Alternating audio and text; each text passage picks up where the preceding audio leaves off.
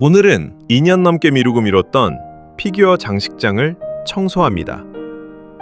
근데 하필 여름에 대청소를 시작했네요. 에어컨을 틀었는데도 상당히 덥습니다. 여러분은 여름만큼은 피하시길 바랍니다. 지금 정리해야 할 피규어는 220개. 장식장 열 때마다 이번엔 꼭 치우자 다짐했는데 그게 벌써 2년 전이었네요. 사실 저는 처음엔 피규어엔 전혀 관심 없었습니다. 애니는 그냥 대충 보는 편이었고 피규어를 수집하게 될 거란 상상조차 해본 적도 없었죠. 그러다 어느 날 숙제로 미루고 미뤘던 에반게리온을 보기 시작했는데 그때 아스카란 캐릭터에 빠져들었습니다. 그래서 아무 생각 없이 아스카 피규어를 검색해서 저렴한 제품을 2번이나 샀죠. 네, 2번 다 전부 짝퉁이었습니다. 지금 생각하면 진짜 싸다고 좋아했던 제 자신이 참 순진했네요. 그 사건 이후로 브랜드, 제조사, 유통사까지 하나하나 따져보기 시작했습니다.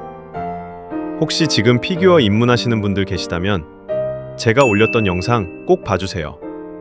도움이 되실 겁니다.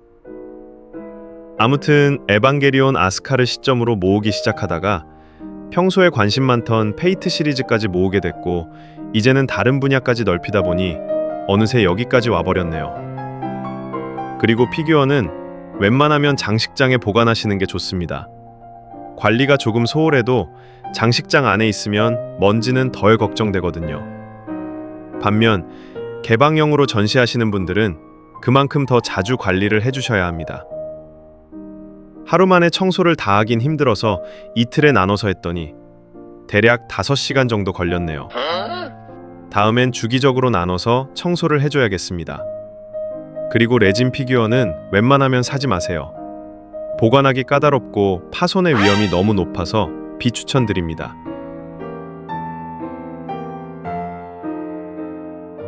그리고 청소하다가 결국은 사고가 터지네요. 발판 조립이 안 맞는 피규어들이 여럿 있는데 이렇게 되어버리다니. 모든 피규어가 소중하지만 정말 보물 같은 피규어들에 이랬으면 정신 나갈 뻔했네요. 여러분도 피규어 꼭 조심하시고요. 영상 끝까지 봐주셔서 감사합니다.